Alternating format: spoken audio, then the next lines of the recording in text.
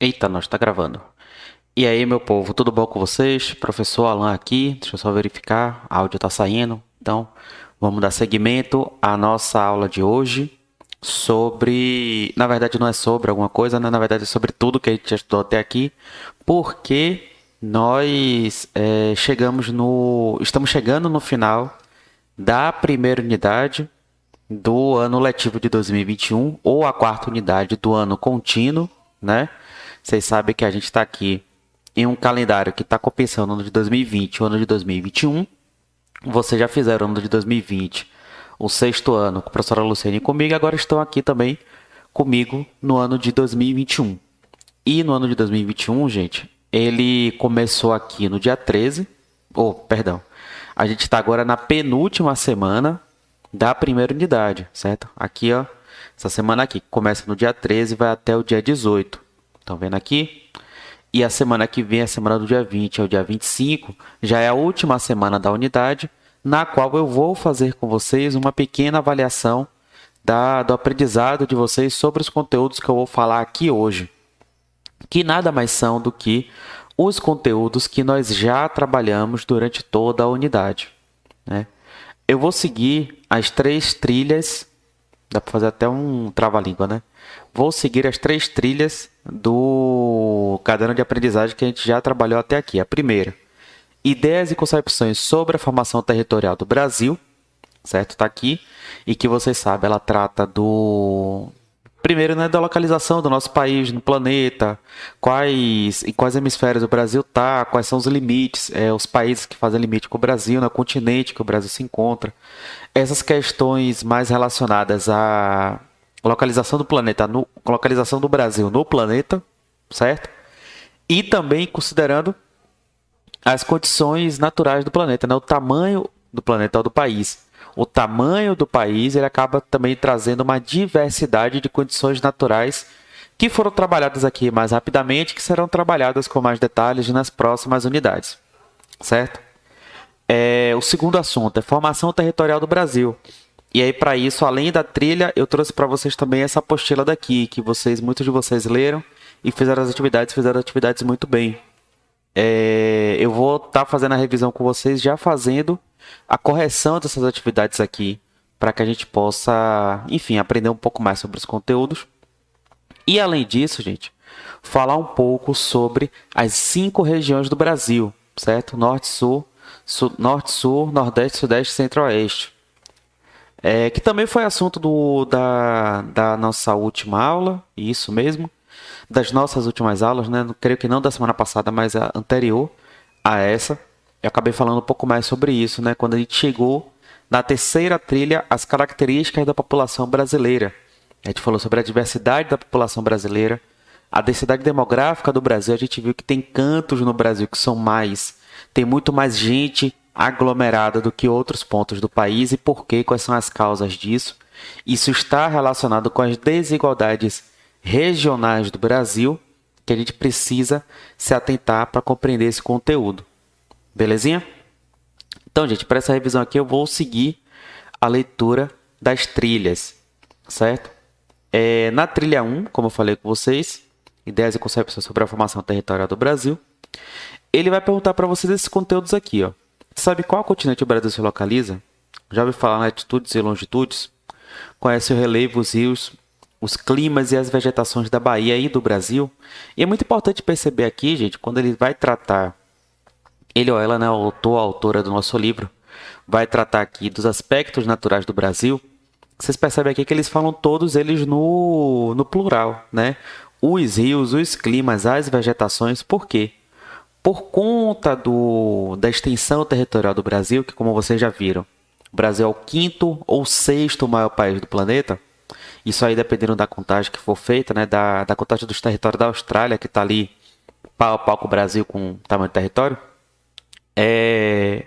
Mas por conta dessa extensão toda, o Brasil acaba tendo vários tipos de clima, vários tipos de vegetação diferentes, porque a gente tem áreas no litoral, que tem uma temperatura, tem uma natureza diferente das áreas do interior, tanto que tem uma temperatura, uma natureza diferente. Às vezes a gente tem áreas mais secas e áreas mais úmidas, a gente tem áreas que chovem mais, áreas que chovem menos, né? E tudo isso altera os aspectos naturais do nosso planeta. do nosso país. A gente está falando do país, gente. Brasil, Brasil, Brasil. Não esquece não que a gente está falando do Brasil. 7 a gente só fala do Brasil. Então, quando a gente vai ver aqui, ó, figura 2. Deixa eu aumentar aqui para a gente analisar bem ela. Vixe, ficou quadradinho agora. Aqui. Figura 2. Isso daqui, gente, é o que a gente chama de planisfério. Ou seja, o planeta. Você sabe que o planeta é redondo, né? A gente já viu em outras. A gente já viu no ano passado, principalmente. Mas quando a gente pega esse planeta redondo e abre ele, a gente vê todos os países e todos os oceanos de forma plana. Por isso que é chamado de planisfério. É uma esfera tornada plana para que a gente possa visualizar e estudar melhor o nosso planeta. E quando a gente olha aqui logo o Brasil, que é esse país aqui destacado em vermelho, vocês percebem que o território do Brasil é muito maior do que muitos países do mundo. Percebam só, cada linha dessa aqui, gente, marca os limites e fronteiras de um país do planeta. O tamanho do território de um país do planeta. Então você percebe aqui, por exemplo, que o Brasil é de longe muito maior do que todos os outros países da América do Sul. Não todos os países da América do Sul combinados, mas comparado com cada um. Né? Olha só, esse aqui mesmo, pequenininho no fundo, é o Uruguai, que já foi Brasil durante o tempo, mas aí agora virou um outro país. Paraguai, esse aqui, se eu não me engano, é o... Não, Chile é esse de cá, né? Argentina, Paraguai, Bolívia, certo? Você percebe aqui, ó, comparado com cada um desses países, a Argentina é um pouco maior, né? Mas comparado com cada um desses aqui, o Brasil é, de longe, o maior território da América do Sul, que é o continente onde o Brasil se encontra. O Brasil se encontra na América, que é todo esse continente aqui. Vocês estão vendo? Todo esse continente aqui é o continente americano, que nós iremos estudar sobre ele no 8º ano, certo? Por enquanto a gente está falando de Brasil, depois a gente vai expandindo. Mas o Brasil ele está localizado no continente americano, que é tudo isso daqui. E como o continente americano é muito grande, a gente divide ele também para poder estudá-lo melhor. Então a gente tem aqui a América do Norte, a América Central, que é esse traço aqui de terras mais as ilhas, e a América do Sul, que é o subcontinente americano que o Brasil faz parte, certo? Então, qual é o continente que o Brasil faz parte? Continente americano, subcontinente América do Sul, certo? Já respondendo lá uma das perguntas que a nossa autora fez para a gente, qual continente o Brasil se localiza. Você já ouviu falar em latitudes e longitudes. Eu vou pedir para vocês só um segundinho, gente.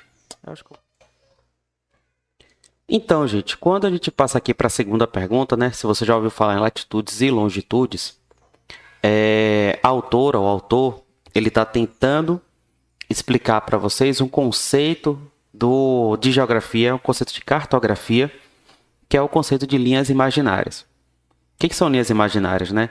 É todo esse conjunto de linhas aqui que foram criadas pelos seres humanos, por isso que são chamadas de imaginárias. Se você for para o espaço, você não vai ver essas linhas do nosso planeta, mas elas são muito importantes para que a gente possa localizar determinados pontos no planeta.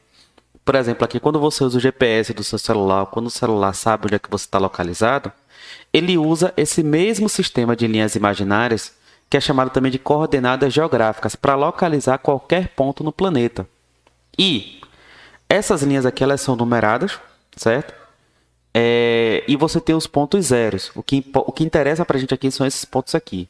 Os pontos zeros são os que dividem o planeta em duas metades.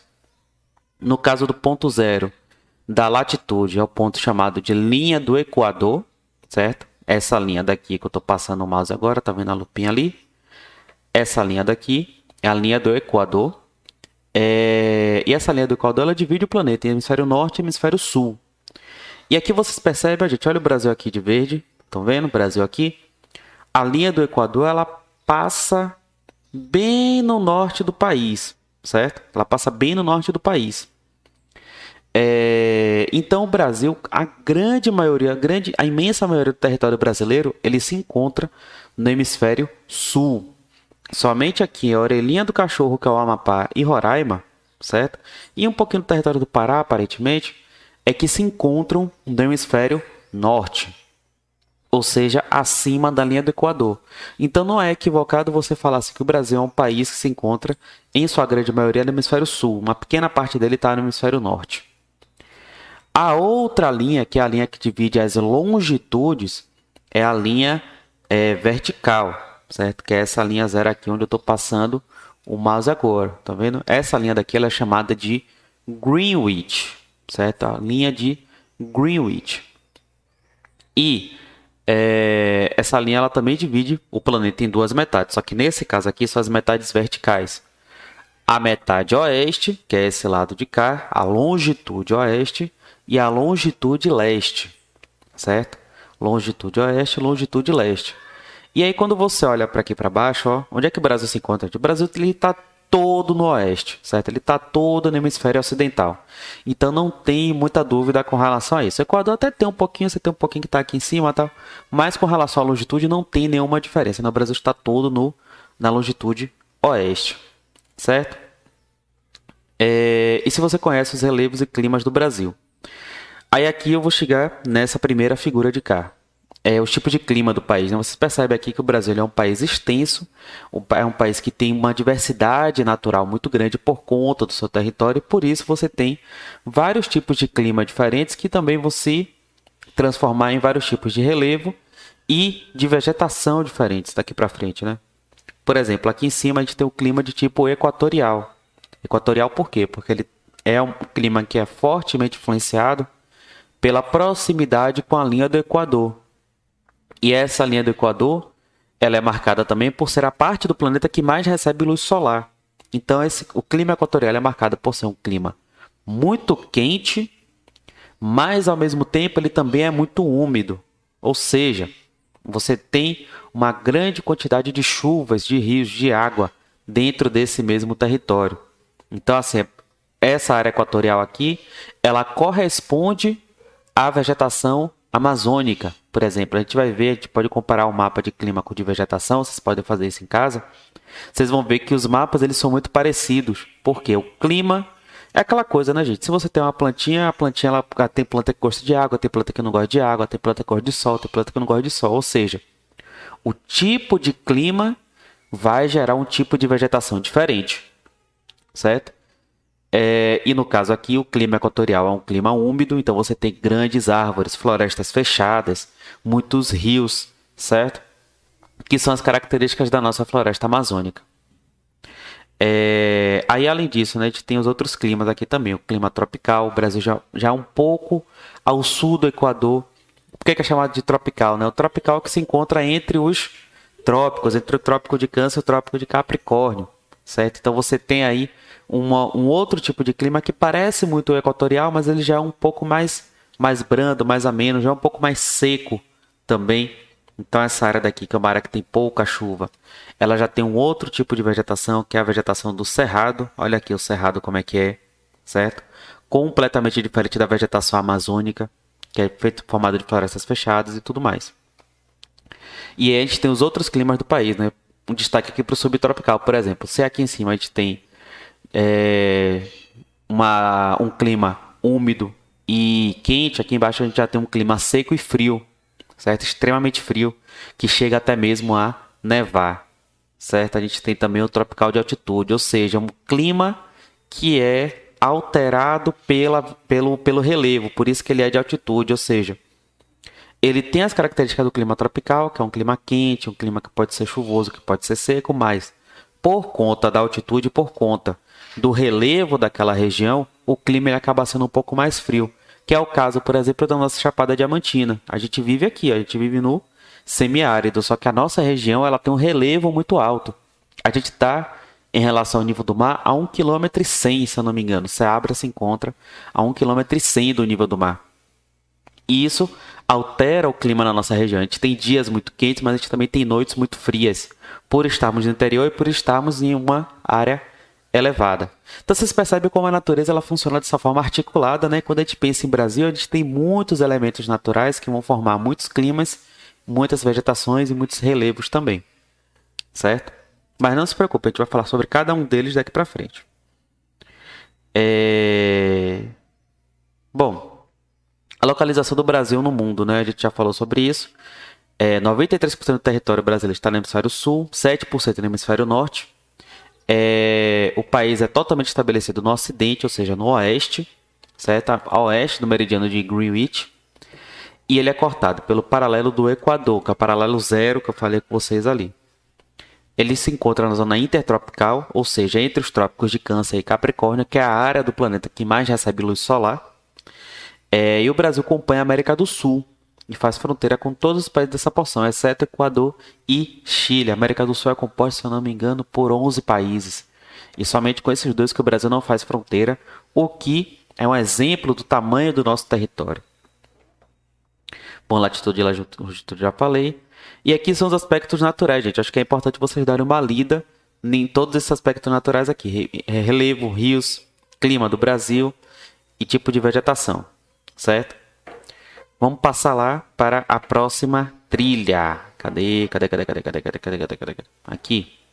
Formação territorial do Brasil. Para isso, gente, eu vou pular um pouco aqui e vou para a apostila que eu passei para vocês, certo? Como a gente já falou, como eu já tinha dito na primeira trilha, o Brasil tem um grande território. Deixa eu ver aqui se está gravando, se está copiando, está tudo legal. O Brasil tem um grande território. É o quinto ou sexto maior território, o maior país do mundo.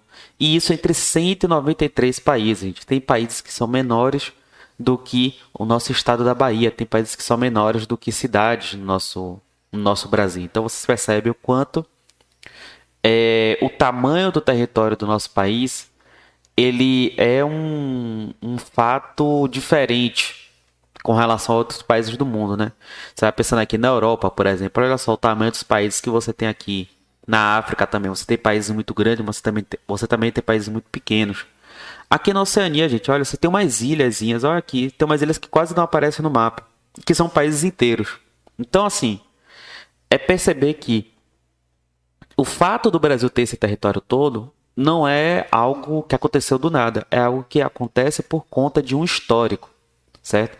O Brasil passou a ter todo esse território por conta da forma como o território foi formado, por conta do histórico da formação do nosso território brasileiro, e é sobre isso que nós vamos falar aqui nesse ponto da aula, certo? Bom, quando a gente pensa em Brasil, certo? Esse país que a gente conhece hoje, a gente tem que pensar na época da colonização. E pensando em colonização, a gente tem que pensar que a partir de 1500, por quê? Por que a gente pensa em colonização, né? Porque antes disso, você não tinha ideia de Brasil, você tinha várias nações indígenas diferentes, como a gente viu lá no texto de diversidade populacional. E essas nações indígenas elas não se consideravam um único território, né? Cada uma tinha seu território. Às vezes ela guerreava entre si para ampliar seu território, às vezes não, ficavam lá na delas sem mexer umas nas outras, né? Mas quando a gente pensa em Brasil, né? E pensa nesse território, a gente tem que pensar a partir desse ponto, né? A partir de 1500, a partir da chegada de Pedro Álvares Cabral e da invasão dos portugueses aqui no nosso território. Por quê? Inicialmente, o Brasil ele foi dividido entre as possessões portuguesas e as possessões espanholas, a partir de uma linha que foi traçada a partir de um tratado feito entre os dois países, juntamente com o Papa, para dividir não só o Brasil, mas para dividir o planeta inteiro. E essa linha é chamada de Tratado de Tordesilhas. Essa linha ela passa exatamente aqui no paralelo, no meridiano 40 e poucos, né? 49 ponto alguma coisa, quase 50, como a gente está vendo aqui. E o que interessa para a gente é perceber o seguinte, né? O quanto do atual território brasileiro, que aí você já conhece qual é esse território, né? Ele está aqui marcado pelas siglas dos estados, o quanto desse território brasileiro era a posse portuguesa e o quanto desse território brasileiro antigamente era a posse espanhola, certo? E aí, como a gente começa a estudar o Brasil enquanto país, enquanto território, a partir do Tratado de Tordesilhas, a gente começa também falando sobre essa possessão portuguesa aqui, ou seja, o Brasil ele começa, o início da história brasileira, enquanto país, ele começa apenas com essa parte amarela de cá. Vocês percebem aqui, o Brasil tem 1, 2, 3, 4, 5, 6, 7, 8, 9, 10, 11, 12, 13, 14, 15 estados brasileiros, e nem são completos, né? Tem Goiás aqui que está metade na espanhola, São Paulo também, né? O território brasileiro, ele se inicia com menos da metade, com pouco mais da metade dos estados que vão compor o Brasil atualmente, certo? A ocupação brasileira, a colonização brasileira começa a partir daqui, certo? E o que nos interessa nessa primeira fase, né, passando aqui para a leitura, é que o nosso território durante muitos anos era composto pelo litoral das atuais regiões Nordeste e Sudeste. Ó, a região aqui, ó, região Nordeste, basicamente toda a região Nordeste, onde o Brasil se inicia, um pouquinho do Norte, um pouquinho do Centro-Oeste, Tocantins e Goiás, e a região Sudeste. Era isso que era o território brasileiro até por volta de 1800 e pouco. Até por volta de 1700 e pouco, né? O restante do território representado em verde neste mapa por muitos anos, ou pelo menos até 1680, ó, o professor errado aí, por isso que é importante sempre estudar, foi território dominado pelos espanhóis, teve história diferente da nossa. Aí a primeira questão que eu pedi para vocês foi essa, né? Quais estados do Brasil atual estão na parte portuguesa e quais estados do Brasil atual estão na parte espanhola do mapa acima?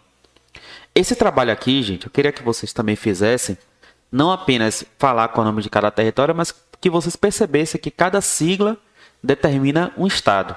Por isso que eu gostei muito desse mapa. Por exemplo, aqui, se você viesse para mim e falasse, quais são os estados que estão na parte portuguesa, aí bota MA, PI, CE, RN, PB, PE, AOSE. Assim, eu sei quais são os estados, mas você também precisa saber. Então é importante você colocar a sigla e o nome do estado. Então, por exemplo, é importante falar BA. Que estado é BA, gente? Bahia. SE, qual é? Sergipe. AL, qual é? Alagoas. PE, qual é? Pernambuco. PB, qual é? Paraíba. RN, Rio Grande do Norte. CE, Ceará. GO, Goiás. TO, Tocantins. Aí na parte espanhola, MT, Mato Grosso. MS, Mato Grosso do Sul. PR, Paraná. RS, Rio Grande do Sul. RR, Roraima. Cadê RO? Oh, meu Deus, cadê RO? Aqui RO, Rondônia. Certo? Por quê, gente? Daqui para frente, a gente vai estar sempre tratando dos estados brasileiros a partir dessas siglas. Porque isso facilita muito, né? Em vez de ficar escrevendo Pará, São Paulo, Rio Grande do Sul. Olha o tamanho desse negócio. Então a gente escreve só o quê? RS. A gente sabe que RS a gente está falando de Rio Grande do Sul. Certo? Então é importante vocês, quando forem fazer essa questão aqui, não apenas colocar as siglas, que muita gente fez isso, mas também colocar o nome do estado que está relacionado com aquela sigla. Certo? Mas, em termos de atividade, acho que ninguém teve essa dificuldade assim de perceber que a parte amarela era a parte portuguesa e a parte verde era a parte espanhola. Então, tá tudo aqui, tudo tranquilo, sabendo legenda, vocês, nessa parte aí, tá todo mundo safo, todo mundo bem. Bom, aí quando a gente pensa na formação, né, a gente pensa o que foi o período colonial e como foi que esse território português foi ocupado. Isso daí é essa primeira parte, né, de 1500 a 1680. Aqui eu coloquei a professora Aline, né, que era professora de História na época que eu fiz essa apostila, mas hoje em dia vocês estão com o professor Rodrigo, correto? Mas ele falou com vocês sobre colonização e que o Brasil era muito marcado, o Brasil colônia muito marcado pelas atividades extrativistas ou agropecuária. O que é extrativismo, professor? Extrativismo é quando o colonizador ele chega no território para extrair, para retirar do solo os bens que ele deseja vender. Que aí vocês sabem, né, que a primeira coisa que os portugueses vieram procurar foi ouro. Não acharam totora assim logo de primeira. Mas acharam algo que era muito importante também, que era o pau-brasil, certo? E é muito importante vocês pensarem no seguinte: a colonização visava levar produtos para Portugal. Deixa eu ver se aqui está gravando. Opa, está gravando, legal. Visava levar produtos para Portugal. Então, assim, era muito importante você ter postos de trabalho, portos e, posteriormente, cidades que pudessem facilitar o escoamento, né, a venda desse produto para os países europeus. Então, assim, esse primeiro momento ele é muito marcado pelo extrativismo, pela atividade agropecuária. E a atividade agropecuária aqui também, gente, pensada para exportação, para vender para a Europa, certo? E tudo isso você tinha que construir uma estrutura nas cidades para que esse produto fosse para a Europa. Como você não tinha avião na época, mesmo hoje, né, grande parte da produção mundial ela é transportada por navio, por container e tudo mais. Então você precisava de grandes portos e grandes cidades. Essas cidades se formaram onde? No litoral, certo? As maiores cidades do país são formadas no litoral do Nordeste. Em todo o litoral do Brasil, na verdade, você tem grandes cidades porque você tem grandes portos de uma economia que é sempre voltada para vender para fora, para vender para outros países, desde a época da colonização. Então, esse primeiro período ele é muito marcado por essa forma de ocupação. Pessoas vêm para cá ou vêm para cá por livre e espontânea vontade, ou são escravizadas, como foram os negros africanos, né? Para trabalhar em determinadas atividades extrativistas ou agropecuárias, a cana-de-açúcar, por exemplo. E essas atividades econômicas elas visavam levar produtos produzidos aqui para a Europa. E esses produtos eram levados de navio. Então as maiores cidades são formadas no litoral para poder facilitar esse processo de comércio entre Brasil e Portugal. Beleza? Cadê? Pronto. O que para a geografia importa saber desse período? A ocupação do Brasil inicialmente se deu pelo litoral, principalmente no Nordeste. Seja pelo fato do clima ser propício para a cultura da cana-de-açúcar, também é um fato que explica a ocupação do Nordeste. Né? Inicialmente, né? Salvador era a capital do Brasil na época. Salvador é a capital da Bahia, né? Vocês sabem disso. Ou pela grande oferta de pau-brasil no litoral brasileiro. A explicação para a ocupação de pessoas no litoral é que a economia da colônia era puramente exportadora, gente. Isso aqui é muito importante, era puramente exportadora. Tudo que era produzido ou retirado daqui seria vendido para países do exterior do Brasil. No caso da colonização, tudo que era produzido aqui ia para Portugal. Isso era chamado de exclusivo colonial. O professor Rodrigo deve ter falado com vocês já. E como o principal meio de transporte era o marítimo, para manter a relação entre colônia, Brasil e metrópole, Portugal, portos e cidades precisavam ser construídos, o que explica a formação das principais capitais do Brasil. Salvador, Recife, São Paulo, Rio de Janeiro, Natal, São Luís, serem capitais litorâneas.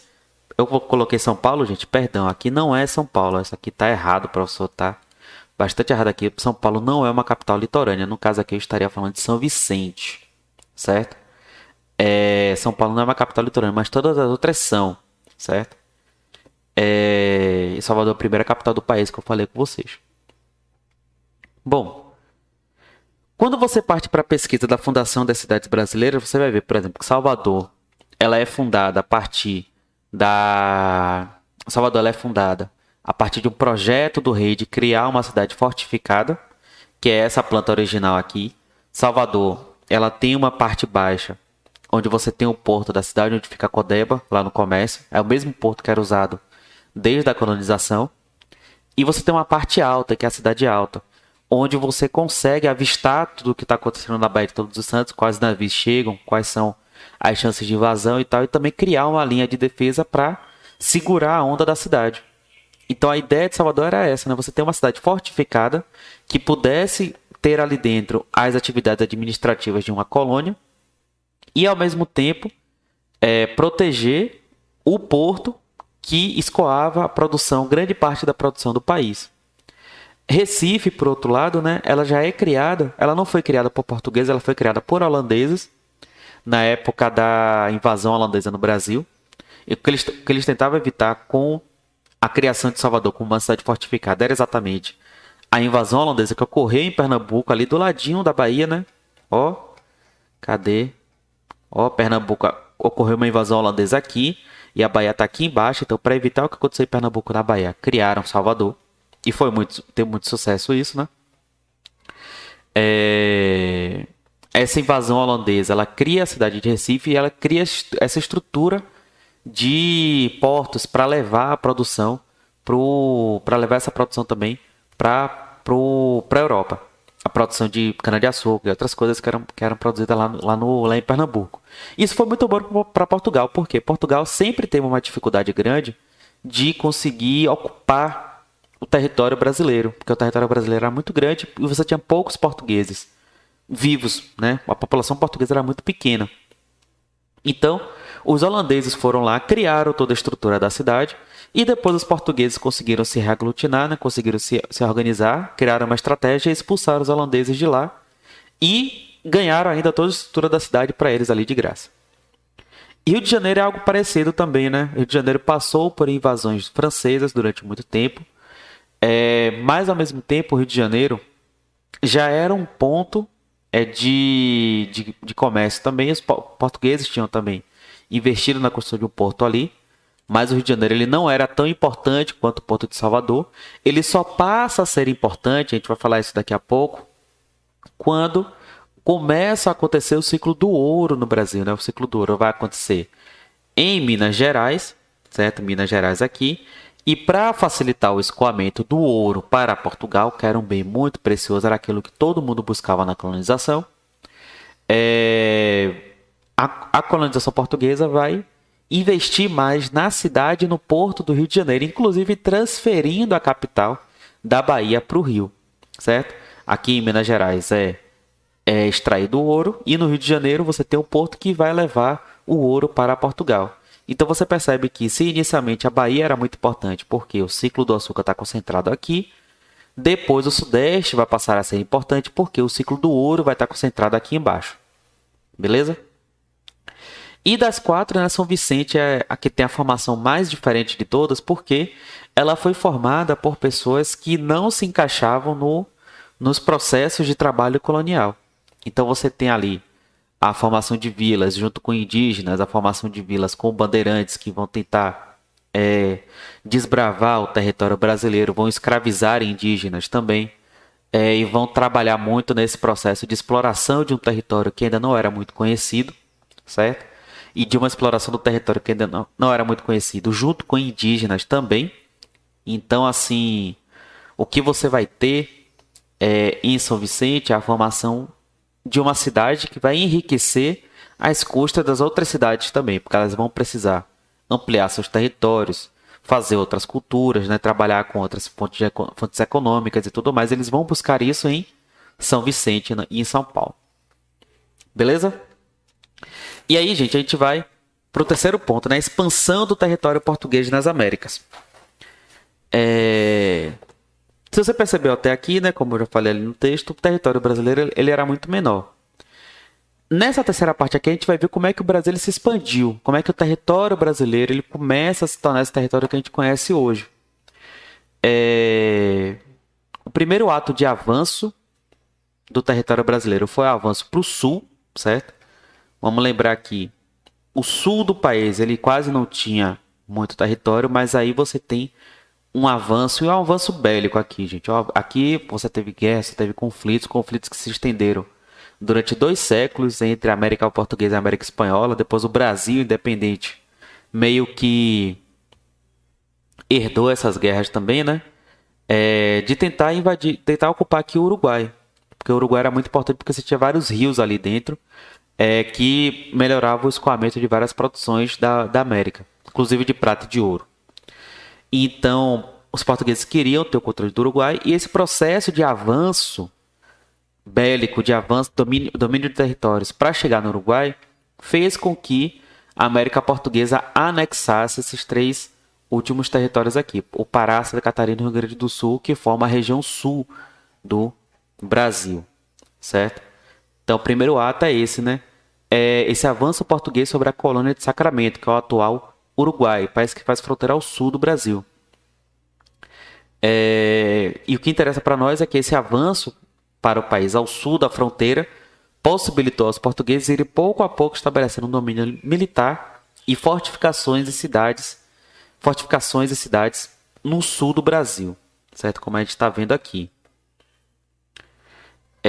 Além do conflito ao sul, a gente teve também processos econômicos que possibilitaram a expansão do território português, fazendo com que o Brasil obtivesse essa grandeza territorial que tem hoje. E aqui a gente tem 2 movimentos econômicos diferentes. Monocultura do cana-de-açúcar, e tal. As pessoas que não conseguiam se inserir na cultura do açúcar eram obrigadas a buscar seu sustento em outras atividades. Aqui a gente vê a ideia do bandeirante também, por exemplo.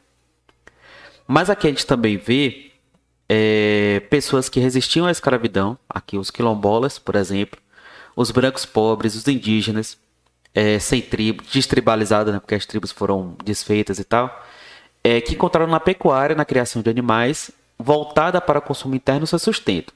E aqui é muito importante pensar no seguinte, gente, na época, você não tinha a produção de paz, então quem criava animais precisava ficar migrando o tempo inteiro para encontrar pastos. E essa migração das pessoas permitiu que o conhecimento sobre o território fosse se expandindo, certo?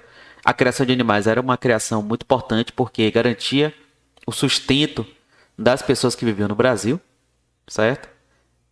E ao mesmo tempo essa atividade pecuária durante 300 anos, que era itinerante, ou seja, ela mudava de lugar o tempo inteiro, buscando melhores ambientes para alimentar o gado, permitia aos vaqueiros conhecer melhor o território, o interior do nosso país. Foram pouco a pouco, como eu falei aqui, né? Deste modo, os vaqueiros foram aos poucos conhecendo e ocupando o interior do Brasil, a partir do Nordeste na direção do interior, chegando inclusive no antigo território espanhol, estabelecendo cidades e vilas nesses locais, consolidando o território como parte do Brasil. Quando a gente pensa aqui no ciclo do ouro, também o ciclo do ouro ele foi muito importante por permitir uma expansão populacional e territorial para o Sudeste. Como eu já falei com vocês, o ciclo do ouro ele esteve bastante concentrado no atual estado de Minas Gerais. Foram encontrados diversos filões de ouro e a administração portuguesa mudou a capital para o Rio de Janeiro também. Criou o Porto do Rio de Janeiro. Então você teve uma concentração populacional ali no Sudeste, porque quando vê ouro todo mundo fica louco, quer procurar ouro ali. E ao mesmo tempo os mineradores estão sempre procurando novos filões de ouro. Isso significa o quê? Avançar no território, né? Ocupar um território maior. Então essa ocupação do Sudeste também foi muito importante. E por fim, o terceiro movimento econômico, gente, é um movimento econômico que vai para o norte. Que vai para o norte tentando produzir as chamadas drogas do sertão, que nada mais são que as especiarias que os portugueses tanto buscavam lá nas Índias, que iam lá para o Extremo Oriente buscar essas especiarias. E muita gente descobriu que a floresta amazônica já tinha essas especiarias também. Então você tinha uma atividade extrativista de cacau, canela, castanha, cravo e etc., que não eram cultivadas na Europa, mas que eram muito valiosas. E que depois a galera descobriu que dava para cultivar. Não apenas extrair da natureza, mas também cultivar, plantar. E isso também foi uma atividade econômica fora do ciclo do ouro, fora da cana-de-açúcar, que permitiu a expansão para o norte do país. Então vocês percebem aqui, gente, por esse mapa que acho que fica mais claro, que a gente tem 3 movimentos de expansão. Um movimento que vai para o sul e sudeste, que é o movimento do ciclo do ouro. Um movimento que vai para o norte, que é o movimento das drogas do sertão.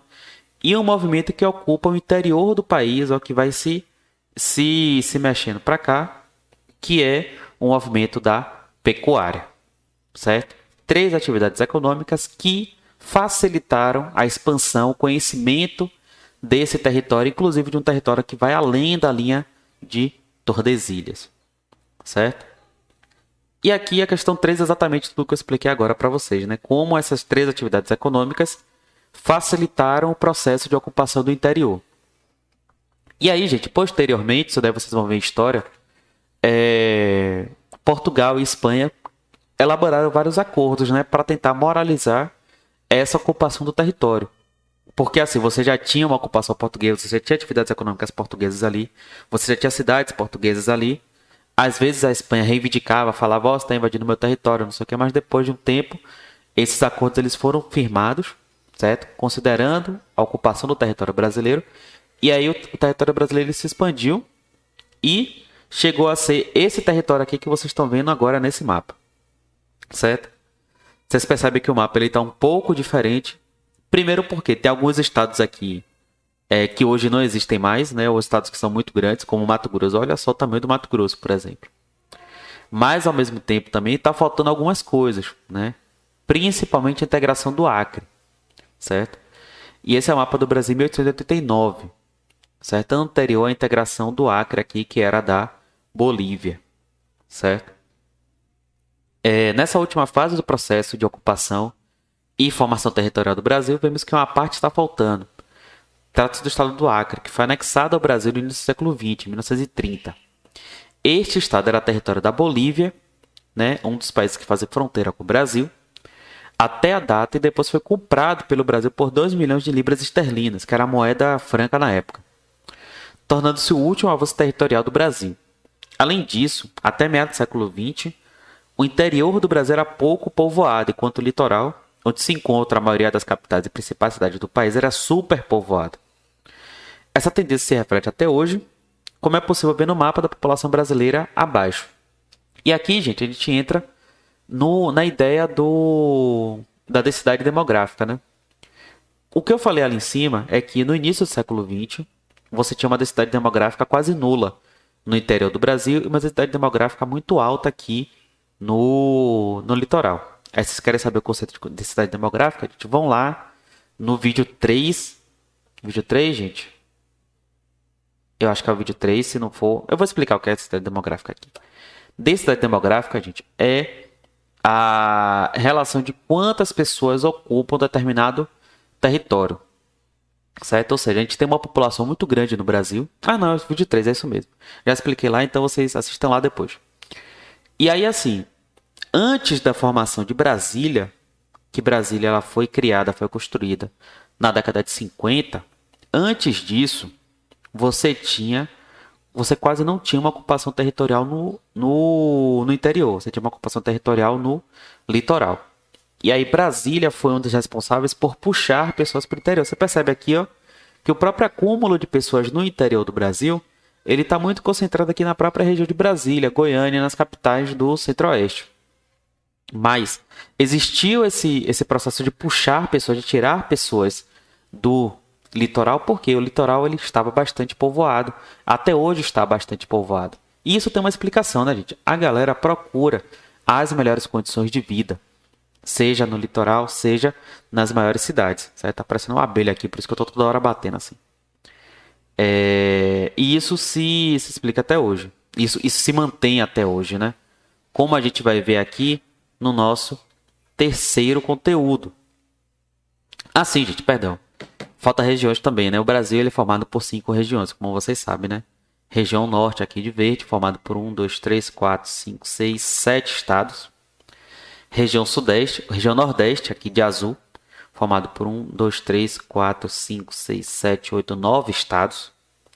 Região Sudeste, formado por 4 estados, Minas, Espírito Santo, Rio de Janeiro e São Paulo.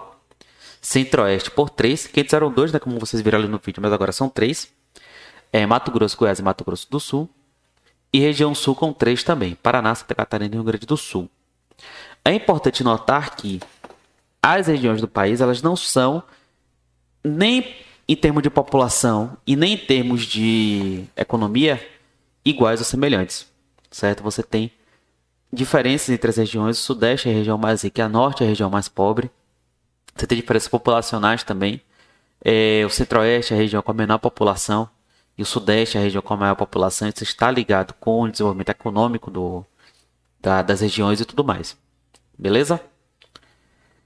Bom, e para terminar o assunto, né? Para terminar a revisão, porque essa revisão já está maior do que... Cadê, meu Deus? Meu Deus do céu, 40 minutos já. Vai saber que eu vou cortar uma partezinha.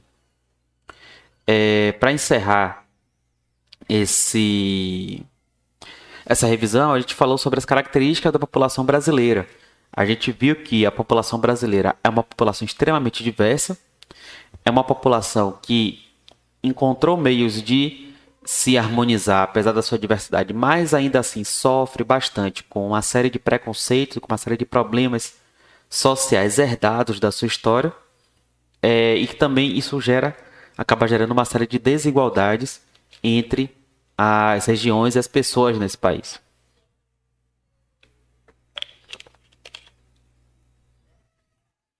Então, nessa trilha daqui é que a gente vai falar sobre desigualdades socioeconômicas no Brasil, densidade demográfica, que eu já falei um pouquinho antes, taxa de natalidade e mortalidade, pirâmides etárias, povos indígenas e tudo mais. Eu fiquei devendo para vocês o mapa dos povos indígenas, né? De fato, eu vou passar para vocês aqui daqui a pouquinho. Então, respondendo essas perguntas aqui, né? Você sabe quais as desigualdades socioeconômicas do Brasil? Bom, como eu falei com vocês no vídeo, né? Vou voltar ali para o mapa dos das regiões do país, a gente tem uma região do país que é muito rica, que é a região sudeste, vermelho aqui, e algumas regiões que são muito pobres, como a norte e a nordeste. Por quê? A região sudeste é uma região que acumulou bastante riqueza por conta de todas as suas atividades econômicas, desde a época da colonização até hoje. E aqui a gente começa com o ciclo do ouro, certo? E o ouro é muito importante porque ele é uma divisa de riqueza fundamental, até hoje é para a economia. Depois, posteriormente, a gente teve o processo de industrialização no país, que se concentrou bastante. Não, mito, antes da industrialização, a gente teve o ciclo do café, e aqui é muito importante pensar que o café ainda é, né, um energético, uma bebida energética que era bastante utilizada no mundo da segunda revolução industrial, e o Brasil era o único produtor de café de todo o planeta.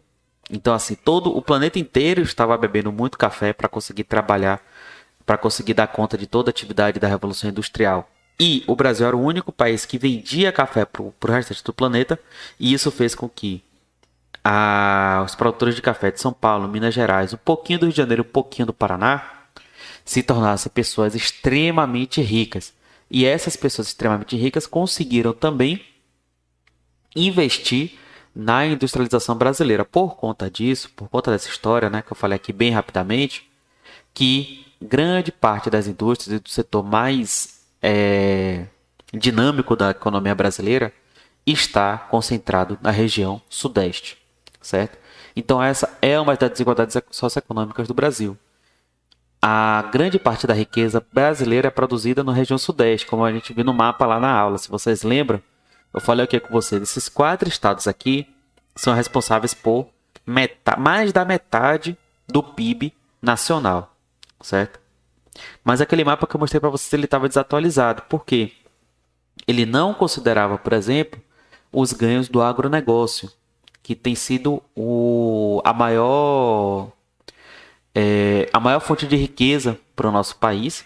E o agronegócio está muito concentrado aqui na região centro-oeste. Você tem um pouquinho aqui no sudeste, um pouquinho aqui no nordeste também e tal. Mas a grande maioria, grande fronteira da soja, da pecuária, que são as coisas que são vendidas para fora, né? A JBL, né? A JBL, que é uma grande empresa de frigorífico, Sadia, Perdigão, tudo que é feito de soja, ela está muito concentrada no centro-oeste. O centro-oeste está começando a despontar também como uma região bastante rica, né? Inclusive até batendo de frente com o sudeste, já que o Brasil está se desindustrializando, né? Tem muita gente que investia na indústria que agora passou a investir no agronegócio, né? Como diz a Globo lá, o agro é pop, o agro está sendo riqueza, mas infelizmente o agro não é alimento para a população, né? Porque a gente come feijão e arroz, a gente não come soja. Mas enfim, o que eu quero que vocês percebam aqui, as desigualdades socioeconômicas no Brasil estão relacionadas com as atividades econômicas que cada região se dedicou e cada região realiza historicamente, certo? Como eu falei com vocês, a gente come feijão e arroz. Por quê? Porque no Nordeste, grande parte da nossa agricultura ainda é uma agricultura familiar. Não é essa agricultura com muita tecnologia voltada para o exterior, como é o agronegócio. Mas e aí você tem, obviamente, né? Tem uma riqueza menor nessa atividade, mas ao mesmo tempo ela é muito importante porque garante alimentação para a grande maioria da população brasileira, né? Agricultura familiar que garante essa alimentação. Bom, segundo ponto aqui. Já ouviu falar em densidade demográfica, taxa de natalidade, taxa de mortalidade e pirâmides etárias? Bom, densidade demográfica eu já falei com vocês, né? É a relação entre número de habitantes e a população, número de habitantes e o território de um país, certo? E aí assim, por que eu digo que é uma relação? A relação é a divisão, é uma fração. Número de habitantes dividido pelo território do país, certo? E por que a gente vê isso, né? Para ver o quanto, qual o número de pessoas que ocupam cada quilômetro quadrado. E aqui é muito importante a gente analisar duas coisas. Primeiro, pode existir um país com um número alto de população, uma densidade demográfica baixa, como é o caso do Brasil, O Brasil tem 213 milhões de pessoas agora. E tem um território que basicamente não é ocupado por todas as pessoas que ocupam o Brasil. Mesmo que cada pessoa ocupasse 1 quilômetro quadrado, ainda existiriam espaços vazios no Brasil.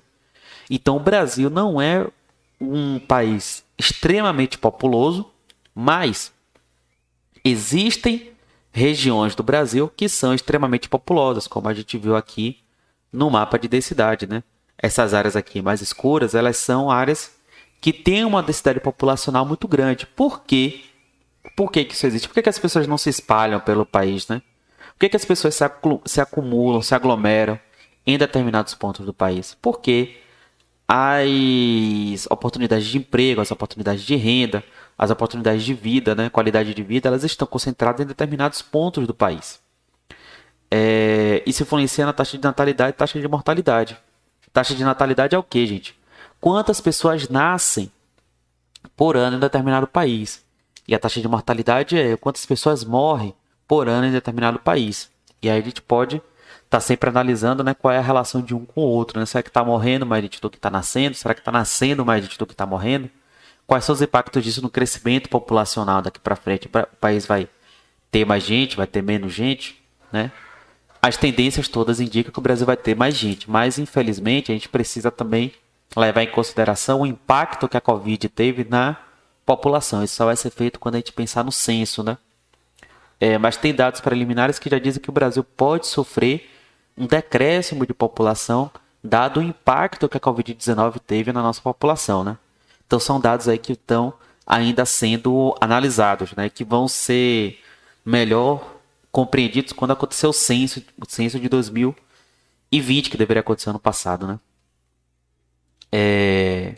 Pirâmides etárias eu vou pular, certo? Não vou falar agora não, porque já tem muita coisa aqui na nossa revisão. E aqui, gente, a formação da população, né? Conhece quem são os povos indígenas, africanos e imigrantes, considerando seus aspectos históricos e culturais. Bom, como eu falei com vocês, né? Os indígenas são os povos nativos do Brasil, todos os povos nativos do Brasil.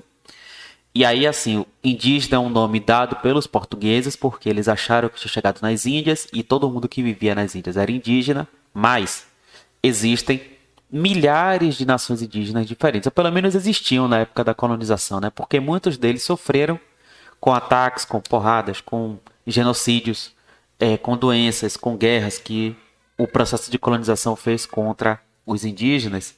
E hoje em dia eles formam uma pequena parte da população e que hoje estão até mesmo lutando pelo direito de existir enquanto indígenas lá em Brasília, lutando contra o marco temporal, por exemplo. Então quem quiser saber um pouco mais sobre os indígenas, sobre sua luta para sobreviver até hoje, pode procurar notícias sobre a luta pelo marco temporal, que tem sido uma luta atual que os povos indígenas têm feito.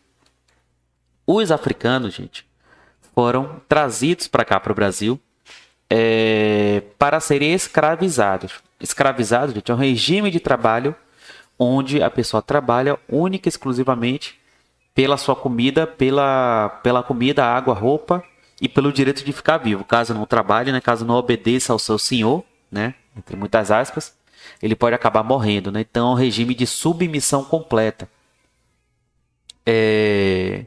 Mas a gente também tem aqui teve também vários processos de resistência dos africanos com relação à escravidão, né? Os quilombos estão aí para isso, né? Aqui na nossa região da Chapada a gente tem vários quilombos próximos, tem várias pessoas que são de remanescente de quilombo, né? Que são esses exemplos de pessoas que fugiram do processo de escravidão e tentaram produzir sua vida de maneira livre. Inclusive trabalhando lá na pecuária, que eu falei com vocês, que foi importante para a gente ocupar o interior do país, né? E aqui quando ele fala de imigrantes, gente, e aí, pensando em aspectos culturais, né, perdão, ainda dos africanos, é importante citar que os africanos são responsáveis por boa parte da cultura brasileira. Os indígenas também trouxeram vários elementos da cultura brasileira, mas indígenas e africanos fazem parte dessa nossa cultura, né? Em vários aspectos, né? Na culinária, nas danças, nos ritos, no folclore, nas lendas que a gente acaba divulgando e difundindo para as pessoas e tudo mais. E os imigrantes, por fim, gente, ele está tratando aqui dos brancos. Tanto os brancos que vieram na colonização, e aí eles são realmente imigrantes porque eles saíram do seu território lá em Portugal e vieram para cá para trabalhar, para fazer qualquer coisa. E posteriormente, os imigrantes italianos, poloneses, japoneses que foram trazidos para cá no século XIX para substituir a mão de obra escrava, que era a mão de obra negra, que estava sendo liberta da escravidão, certo? E aí, no caso deles, você tem algumas colônias lá no sul do país, onde a galera fala italiano, fala alemão. E tem as contribuições dos imigrantes também na cultura paulista, principalmente. Bom, é isso, gente.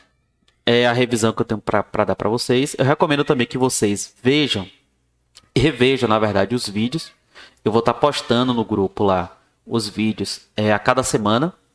Eu vou postar esse vídeo completo, mas vocês não precisam ver esse vídeo completo, né? Se você chegar até aqui, vocês viram o vídeo completo já, ô idiota. Enfim, eu vou escrever isso lá no Zap. A ideia é que vocês vejam ele em partes, certo? Vejam um dia uma parte, outro dia outra parte, outro dia outra, para conseguir fazer a revisão completa. E qualquer dúvida, eu tô no Zap, beleza, gente? Um abraço a todos e todas e até mais. Tchau!